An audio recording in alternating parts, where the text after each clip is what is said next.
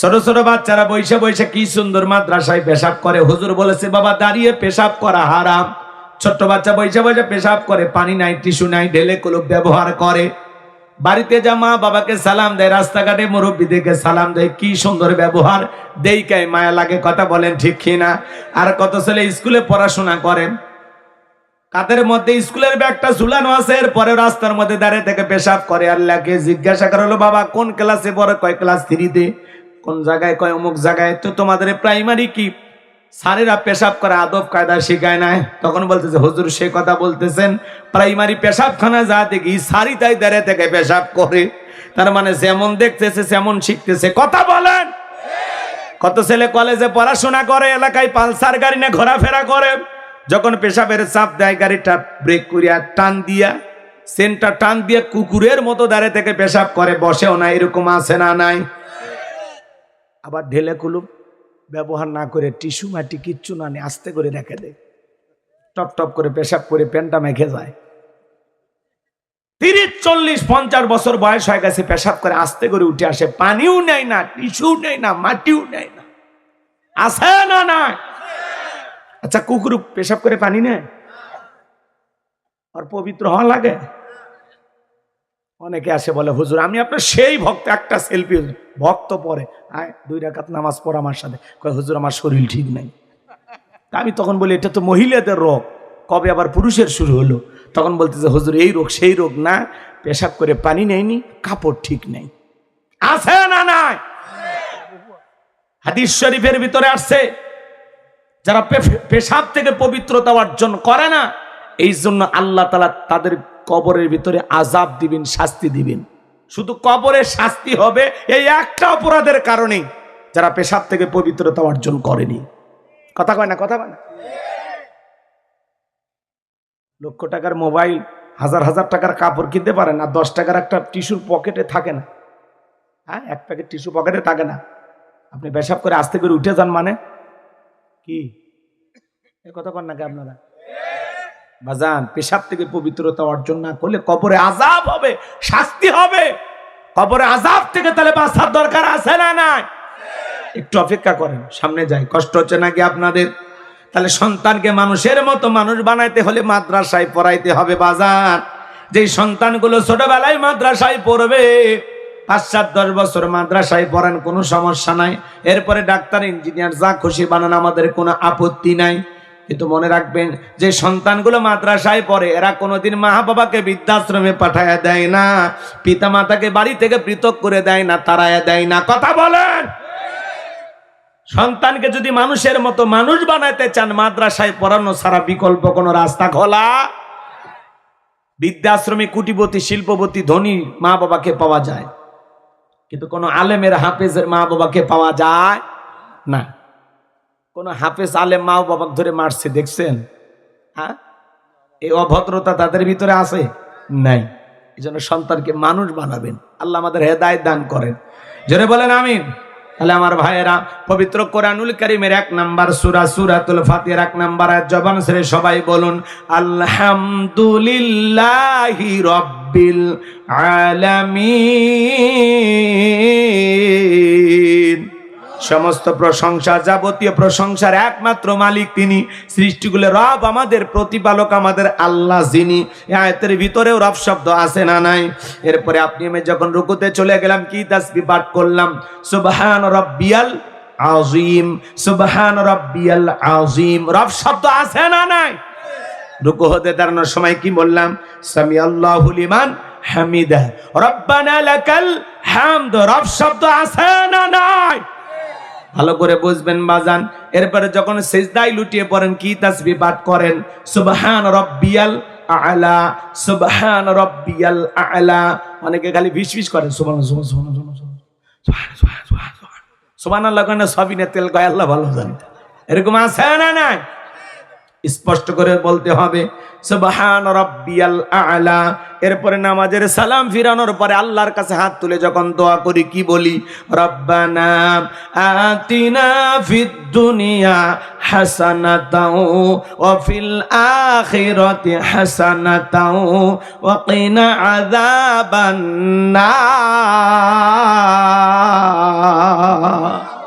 সূরা বাকারা 201 নম্বর আয়াত। আল্লাহর কাছে ডেকে বললাম, হে আমাদের রব, আমাদেরকে দুনিয়ার কল্যাণ দান করো, আখিরাতের কল্যাণ দান করো, ওই কঠিন জাহান্নামের আগুন থেকে আমাদের মুক্তি দাও। তাহলে ইহকাল পরকালের কল্যাণ দেওয়ার মালিক কে?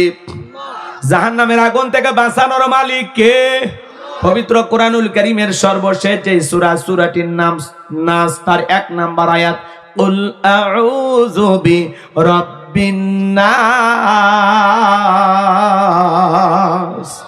এই আয়াতের ভিতরে রব শব্দ আছে না নাই? জীবনের পরতে পরতে সব জায়গায় রব।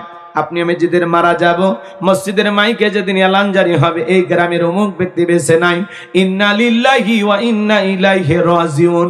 আপনার আমার মৃত্যুর সংবাদ শোনার পরে স্ত্রী কেঁদে বলবে স্বামী নাই, সন্তানগুলো কাঁদবে আর বলবে বাবা নাই, ছেলে কেঁদে বলবে বাবা নাই, মেয়ে কেঁদে বলবে বাবা নাই, পিতামাতা বেঁচে থাকলে বলবে কলিজার ধনটা হারাইলাম। আত্মীয় স্বজন সবাই আপনার আমার মৃত্যুর সংবাদ শোনার পরে বাড়িতে চলে আসবেন শেষ বিদায় দেওয়ার জন্য। এ বাজান, লক্ষ টাকার বাড়ি বানাইছেন, কোটি টাকার বাড়ি বানাইছেন, ওই দামি বিল্ডিং বাড়িতে আপনার জীবনের শেষ গোসল হবে না।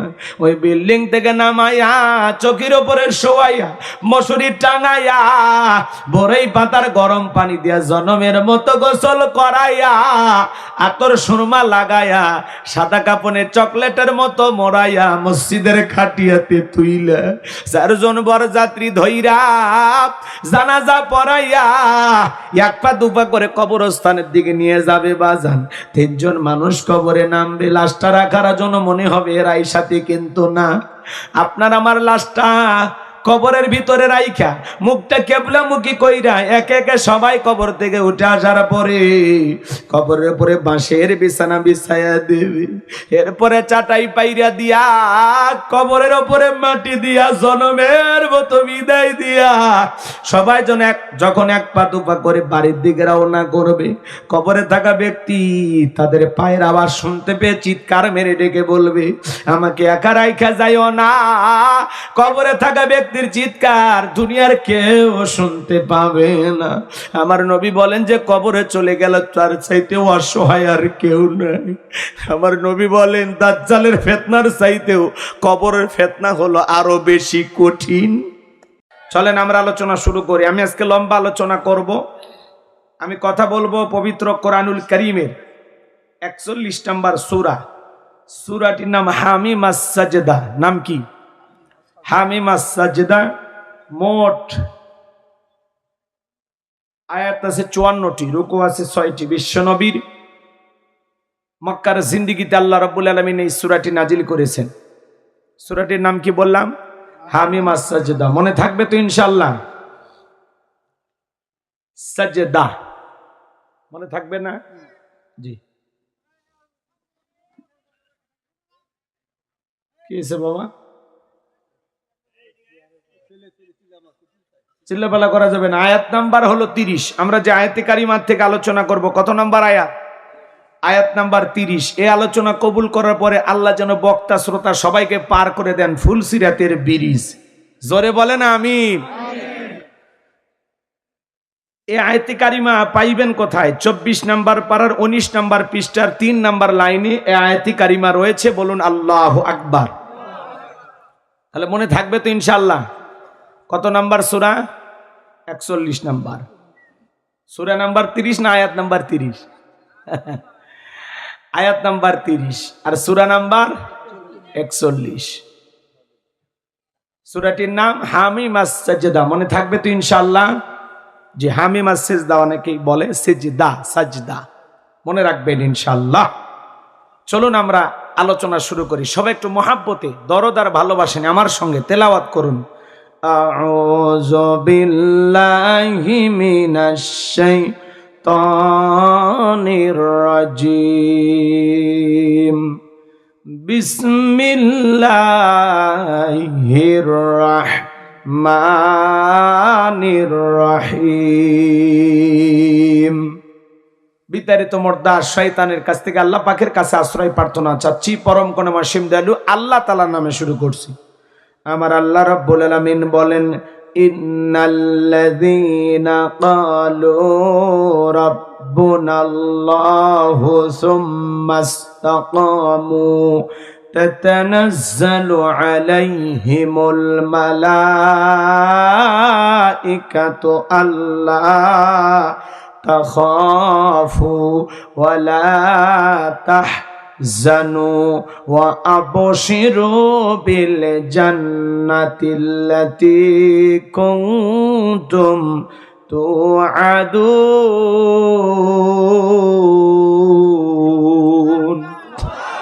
আরেকটু জোরে বলুন আল্লাহু আকবার। যে কোনো আয়াত বা সূরার তাফসীর করতে হলে কোন প্রেক্ষাপটে কোন সময় আল্লাহ তাআলা সেই সূরাটি বা আয়াতটি নাজিল করেছেন, সেই নাজিলের প্রেক্ষাপট জানার দরকার আছে না নাই?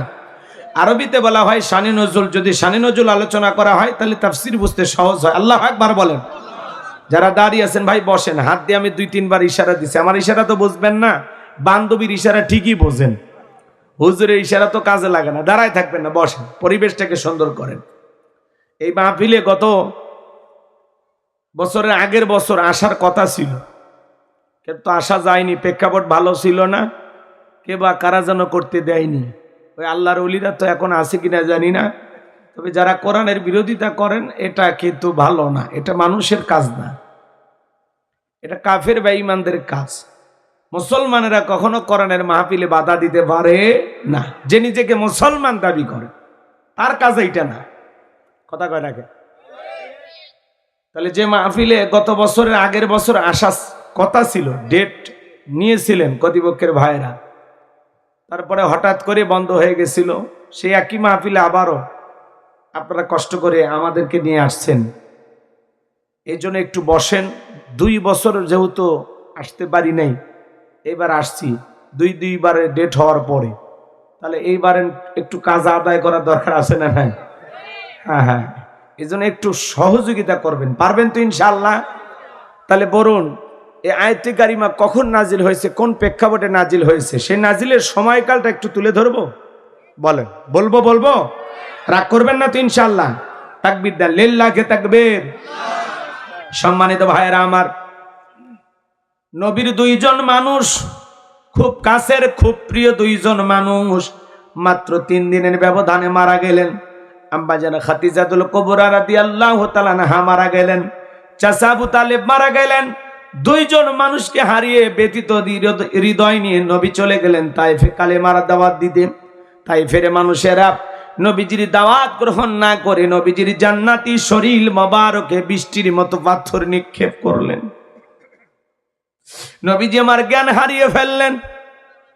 যায়েদ বিন হারেসা বলেন, অনেক কষ্টে আমি নবীজির শরীর মোবারক থেকে পাথরগুলো সরাইয়া ফেললাম। নবীজির জ্ঞান যখন ফিরে আসলাম, ডেকে বলেন, যায়েদ আমার একটু ওযু বানায় আদম, একটু নামাজ আদায় করব। হযরতে যায়েদ বলেন, আমি যখন নবীজির পা মোবারক থেকে জুতা খুলতে গেলাম, তাকে দেখি জুতার ভিতরে রক্তগুলো জমাট বেঁধে আছে। আমি অনেক কষ্টে নবীজির পা থেকে জুতা মোবারক খুললাম।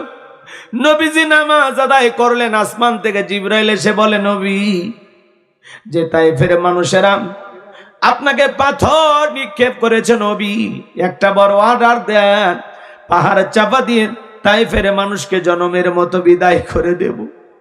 আমার নবী বলেন, জিবরাইল, তায়েফের মানুষেরা না চেনে না বুঝে আমাকে পাথর মেরেছে। আজকে যদি তাদেরকে পাহাড় চাপা দিয়ে শেষ করে দেওয়া হয়, আমি নবী কার কাছে কালেমার দাওয়াত পৌঁছাইব?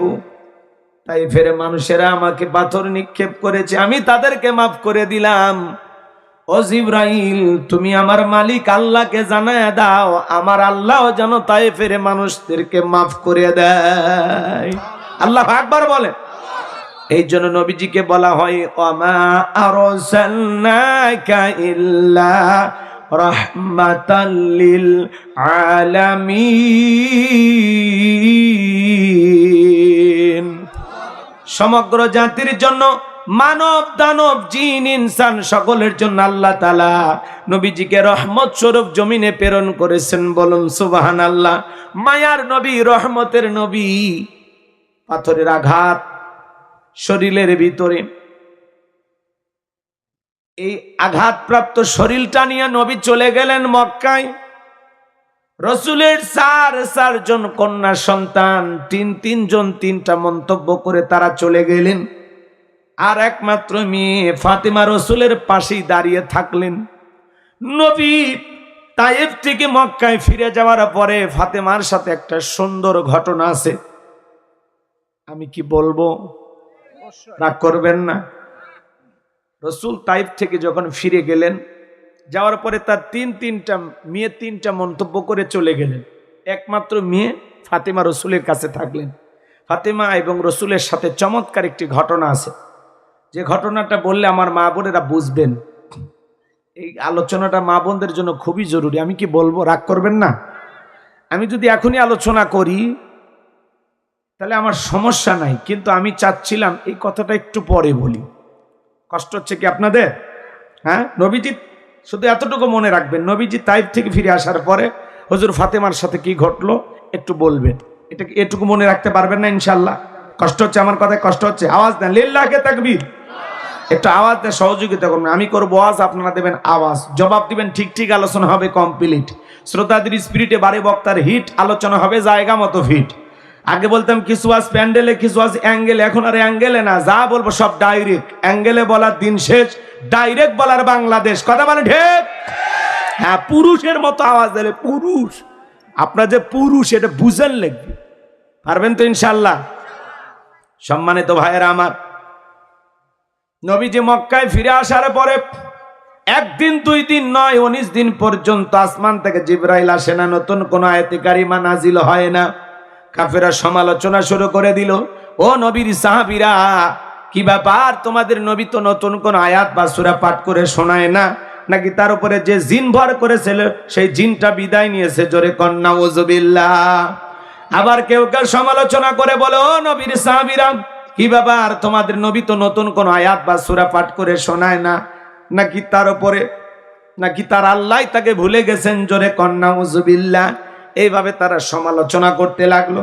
সাহাবা ইকরাম মনে মনে কষ্ট পায়, কিন্তু নবীজির কাছে যা কিছুই বলতে পারেন না।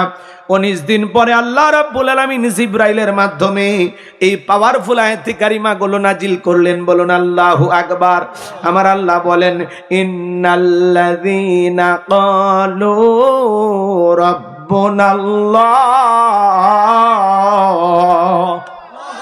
ইন্নাল্লাযীনা ক্বালু রাব্বুনাল্লাহ, নিশ্চয় যারা বলে আমাদের রব আল্লাহ, সুম্মাস্তাকামু, এই কথার উপরে যারা ইস্তেকামাত থাকে, অবিচল থাকে, তাতানাজ্জালু আলাইহিমুল মালাইকা, আসমান থেকে তাদের উপরে ফেরেশতা নাজিল হয়।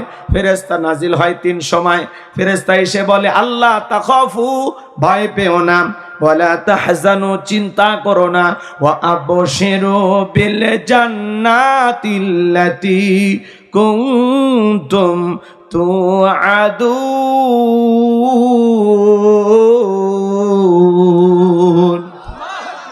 তোমাদের যে জান্নাতের প্রতিশ্রুতি দেওয়া হয়েছে সেই জান্নাত পেয়ে তোমরা আনন্দিত হও, সেই জান্নাত তোমরা গ্রহণ করো। বলুন আল্লাহু আকবার। এটা হলো আয়াতের সরল অনুবাদ। এবার চলেন বাজান আমরা মূল তাফসিরে যাই, গভীরে মনোযোগ দিয়ে কথাগুলো শুনবেন। আয়াতের শুরুতে আল্লাহ কি বলেন? ইন্নাল্লাযীনা ক্বালু রাব্বুনাল্লাহ, নিশ্চয়ই যারা বলে আমাদের রব আল্লাহ, সুম্মাস্তাকামু, এই কথার উপরে যারা ইস্তেকামাত থাকে, অবিচল অটল থাকে। ভালো করে বোঝার চেষ্টা করবেন জয়পুরহাটের মুসলমানেরা, রাস্তার 2 ধার দিয়ে আপনারা গাছ লাগান, গাছ লাগান না? কথা কয় না, গাছ লাগান। যখন ঝড় তুফান আসে, আইলা, নার্গিস, হুদহুদ, সনিমিক, জাম, মিথিলি, নানান ধরনের ঘূর্ণিঝড় যখন আসে, ওই ঝড় তুফানে গাছগুলো ভেঙে রাস্তার উপরে পড়ে থাকে, আবার কিছু গাছ মজবুত ভাবে শিকড় নিয়ে দাঁড়িয়ে থাকে। এর নাম হলো সুম্মাস্তাকামু, ইস্তেকামাত থাকা, দৃঢ় থাকা, মজবুত থাকা।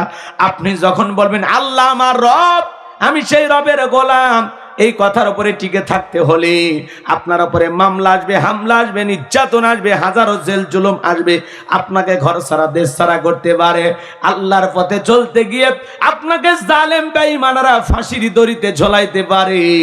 ইমানদাররা হাসতে হাসতে ফাঁসির দড়িতে ঝুলবে, তবুও পৃথিবীর কোন জালেম আর বেঈমানের কাছে মাথা নত করবে না। কথা বলেন ঠিক কিনা?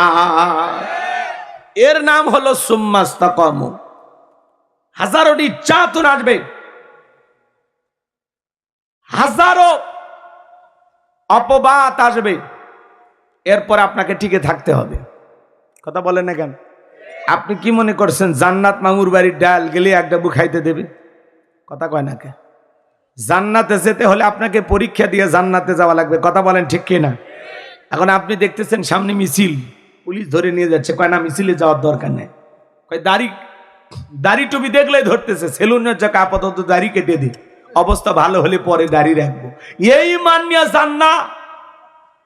আপনি যদি নিজেকে ইমানদার দাবি করেন, আপনাকে পরীক্ষা দিয়ে জান্নাতে যেতে হবে। কথা বলেন ঠিক কিনা? পরীক্ষা দিয়ে উত্তীর্ণ হয়ে জান্নাতে যাওয়া লাগবে। এজন্য আল্লাহ রাব্বুল আলামিন বলেন, আহাসিবান নাসু আইয়ুতরাকু আইয়াকুলু আমান্না ওয়া হুম লা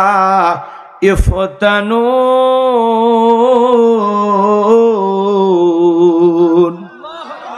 আল্লাহ রাব্বুল আলামিন বলেন সূরা আনকাবুতের 2 নম্বর আয়াতে, মানুষেরা কি মনে করেছে ঈমান এনেছে কথা বললেই তাদেরকে ছেড়ে দেওয়া হবে, তাদেরকে পরীক্ষা করা হবে না।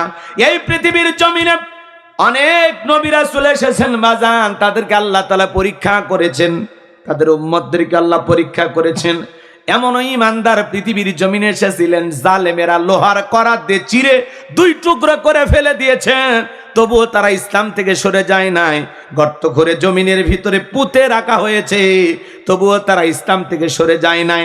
লোহার চিরুনি দিয়া বস্তুগুলো তেগের ভিতরে খসে খসে আলাদা করে ফেলে দেওয়া হয়েছে, এরপরেও তারা ইসলাম থেকে, ঈমান থেকে 1 ইঞ্চি সরে যায় নাই। বলুন আল্লাহু আকবার। সেই পরীক্ষা কি আপনার আমার জীবনে আসছে? আসেনি? আসছে? কেউ এই জামানায় দেখছেন লোহার চিরুনি দিয়া বস্তু আলাদা করতেছে? দেখছেন? এইরকম ইমানি পরীক্ষা দিয়ে তারা ইমানের পথে অবিচল অটল ছিল। আজান অত সহজ না। আপনি নিজেকে ইমানদার দাবি করলেন আর মনে করলেন জান্নাত পেয়ে গেছি, অত সহজ না। জান্নাতে যেতে হলে পরীক্ষা দিতে হবে। কথা বলেন ঠিক কিনা? আর রাগ করতেছেন? আল্লাহ পরীক্ষা করে দেখবেন কারা সত্যবাদী, কারা মিথ্যাবাদী, কারা দিনের জন্য, ইসলামের জন্য লড়াই করতে, সংগ্রাম করতে, জীবন দিতে প্রস্তুত। আল্লাহ এটা দেখবেন। কথা বলেন ঠিক কিনা? এই জন্য যখন বলবেন আল্লাহ আমার রব, এই কথার উপরে টিকে থাকতে গেলে মামলা আসবে, হামলা আসবে, নির্যাতন আসবে, ঘর ছাড়া করবে, দেশ ছাড়া করবে, হাজারো জেল জুলুম নির্যাতন কষ্ট সহ্য করেও আপনাকে ঈমানের পথে টিকে থাকতে হবে। কথা বলে ঠিক কিনা? কোন জালেমের হুমকি ধুমকিতে আমরা ইসলাম থেকে সরে যাব না। কথা বলেন ঠিক? কারা কারা 2 হাত তুলে দেখান, লিল্লাহি তাকবীর। ইসলামের জন্য জীবন দিতে প্রস্তুত আছেন তো? হাত নামান আমার সোনা ভাইয়েরা। আমার আল্লাহ রাব্বুল আলামিন বলেন আয়াতের শুরুতে, ইন্নাল্লাযীনা ক্বালু রাব্বুনাল্লাহ। আমার আল্লাহ রাব্বুল আলামিন বলেন নিশ্চয় যারা বলে আমাদের রব আল্লাহ। জয়পুরহাটের 5 বিবির মুসলমানেরা ডান হাতটা তুলে শাহাদত আঙ্গুলি দ্বারা ইশারা করে আসমানের দিকে তাকায় চিৎকারে মেরে বলুন তো আমাদের রব কে? আর একটু জোরে বলুন তো কে? আরো একবার বলুন আল্লাহ। ভালোবেসে ডাক দেন আল্লাহ। হাত নামান। এই যে আল্লাহ আল্লাহ বলে ডাক দিলাম, আমাদের আল্লাহ খুশি না বেজার? দুনিয়াতে যদি বাবাকে ডাক দেন বাবা, ও বাবা, বাবা বাবা রাগান্বিত বলে অত বাবা বাবা করিস না, তুলে আসার মারব। যদি মাকে ডাক দেন মা, ও মা, মা ও মা, মা ও মা, মাও রাগান্বিত, ওরা তো বলে মিয়া মিয়া করিস কে? বিয়ে দিল 2 বাচ্চার বাবা হয়ে যাবি, তাও মিয়া মিয়া সারলি না। মানে অতিরিক্ত ডাকলে মাও রাগ হয়, অতিরিক্ত ডাকলে বাবাও রাগ হয়। কিন্তু এমন এক সৃষ্টিকর্তা, এমন এক স্রষ্টা, এমন এক আল্লাহ পেয়েছি, কোটি কোটি বার ডাক দিলেও বিরক্ত হন না যিনি, তিনি কে? যত ডাকবেন বেশি তত আল্লাহর প্রিয় হতে পারবেন। ডাকলে আল্লাহ খুশি। কথা বলেন, রাগ করতেছেন? সে আল্লাহ রাব্বুল আলামিন রূহের জগতে আপনাকে আমাকে প্রশ্ন করেছিলেন, আলাস্তু বিরব্বিকুম, আমি কি তোমাদের রব নই? আমরা সেদিন সবাই জবাব দিয়ে বলেছিলাম, ক্বালু বালা, অবশ্যই আপনি আমাদের রব। এই পৃথিবীর জমিন আসার পরে আল্লাহ রাব্বুল আলামিন সর্বপ্রথম যে ওহী নাজিল করলেন, ইকরা বিসমি রাব্বিকাল্লাযী খলাক, পরে তোমার রবের নামে যিনি তোমাদেরকে সৃষ্টি করেছেন। এই আয়াতের ভিতরে রব শব্দ আছে না নাই? সে রবের জ্ঞান শিক্ষা দেওয়া হয় কোথায়? স্কুল, কলেজ নাকি মাদ্রাসায়? ছোট ছোট বাচ্চারা বৈশা বৈশা কি সুন্দর মাদ্রাসায় পেশাব করে। হুজুর বলেছে বাবা দাঁড়িয়ে পেশাব করা হারাম। ছোট্ট বাচ্চা বৈশা বৈশা পেশাব করে, পানি নাই, টিস্যু নাই, ঢেলে কলুপ ব্যবহার করে। বাড়িতে যা মা বাবাকে সালাম দেয়, রাস্তাঘাটে মুরব্বীদেরকে সালাম দেয়, কি সুন্দর ব্যবহার, দেইকাই মায়া লাগে। কথা বলেন ঠিক কিনা? আর কত ছেলে স্কুলে পড়াশোনা করে, কাদের মধ্যে স্কুলের ব্যাগটা ঝুলানো আছে, এরপরে রাস্তার মধ্যে দাঁড়িয়ে থেকে পেশাব করে। আল্লাহকে জিজ্ঞাসা করা হলো, বাবা কোন ক্লাসে পড়ে? কয় ক্লাস 3-তে। কোন জায়গায়? কয় অমুক জায়গায়। তো তোমাদের প্রাইমারি কি স্যারেরা পেশাব করে আদব কায়দা শিখায় না? তখন বলতেছে, হুজুর সে কথা বলতেছেন, প্রাইমারি পেশাবখানা যা দেখি সারি তাই দাঁড়িয়ে থেকে পেশাব করে। তার মানে যেমন দেখতেছে যেমন শিখতেছে। কথা বলেন। কত ছেলে কলেজে পড়াশোনা করে, এলাকায় পালসার গাড়ি নিয়ে ঘোরাফেরা করে, যখন পেশাবের চাপ দেয় গাড়িটা ব্রেক করিয়া টান দিয়া, সেন্টার টান দিয়ে কুকুরের মতো দাঁড়িয়ে থেকে পেশাব করে, বসেও না। এরকম আছে না নাই? আবার ঢেলে কুলুপ ব্যবহার না করে, টিস্যু মাটি কিচ্ছু না নিয়ে আস্তে করে রেখে দেয়, টপ টপ করে পেশাব করে প্যান্টটা মেখে যায়।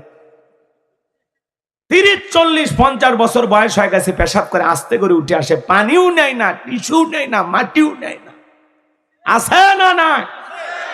আচ্ছা, কুকুর পেশাব করে পানি নেয় আর পবিত্র হওয়া লাগে?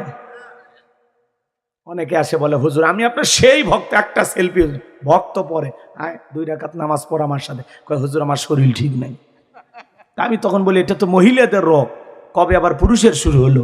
তখন বলতেছে, হুজুর এই রোগ সেই রোগ না, পেশাব করে পানি নেয়নি, কাপড় ঠিক নেই। আছে না নাই? হাদিস শরীফের ভিতরে আসছে, যারা পেশাব থেকে পবিত্রতা অর্জন করে না, এই জন্য আল্লাহ তাআলা তাদের কবরের ভিতরে আযাব দিবেন, শাস্তি দিবেন। শুধু কবরের শাস্তি হবে এই একটা অপরাধের কারণে, যারা পেশাব থেকে পবিত্রতা অর্জন করেনি। কথা কয় না? কথা কয় না? লক্ষ টাকার মোবাইল, হাজার হাজার টাকার কাপড় কিনতে পারে না, 10 টাকার একটা টিস্যুর পকেটে থাকে না। হ্যাঁ, 1 প্যাকেট টিস্যু পকেটে থাকে না। আপনি পেশাব করে আস্তে করে উঠে যান মানে কি? এর কথা কন নাকি আপনারা? বাজান, পেশাব থেকে পবিত্রতা অর্জন না করলে কবরে আযাব হবে, শাস্তি হবে। কবরে আযাব থেকে তাহলে বাঁচার দরকার আছে না নাই? একটু অপেক্ষা করেন, সামনে যাই। কষ্ট হচ্ছে নাকি আপনাদের? তাহলে সন্তানকে মানুষের মতো মানুষ বানাইতে হলে মাদ্রাসায় পড়াইতে হবে বাজান। যেই সন্তানগুলো ছোটবেলায় মাদ্রাসায় পড়বে, 5-7-10 বছর মাদ্রাসায় পড়েন, কোনো সমস্যা নাই। এরপরে ডাক্তার, ইঞ্জিনিয়ার, যা খুশি বানান, আমাদের কোনো আপত্তি নাই। কিন্তু মনে রাখবেন, যে সন্তানগুলো মাদ্রাসায় পড়ে, এরা কোনোদিন মা বাবাকে বৃদ্ধাশ্রমে পাঠায় দেয় না, পিতা মাতাকে বাড়ি থেকে পৃথক করে দেয় না, তাড়ায় দেয় না। কথা বলেন। সন্তানকে যদি মানুষের মতো মানুষ বানাইতে চান, মাদ্রাসায় পড়ানো ছাড়া বিকল্প কোনো রাস্তা খোলা। বৃদ্ধাশ্রমে কোটিপতি, শিল্পপতি, ধনী মা বাবাকে পাওয়া যায়, কিন্তু কোন আলেমের, হাফেজের মা বাবাকে পাওয়া যায় না। কোন হাফেজ আলেম মা বাবাকে ধরে মারছে দেখছেন? হ্যাঁ, এই অভদ্রতা তাদের ভিতরে আছে নাই? এই জন্য সন্তানকে মানুষ বানাবেন। আল্লাহ আমাদের হেদায়েত দান করেন, জোরে বলেন আমিন। তাহলে আমার ভাইয়েরা, পবিত্র কোরআনুল কারীমের 1 নাম্বার সূরা সূরাতুল ফাতিহার 1 নাম্বার আয়াত জবান ছেড়ে সবাই বলুন, আলহামদুলিল্লাহি রাব্বিল আলামিন।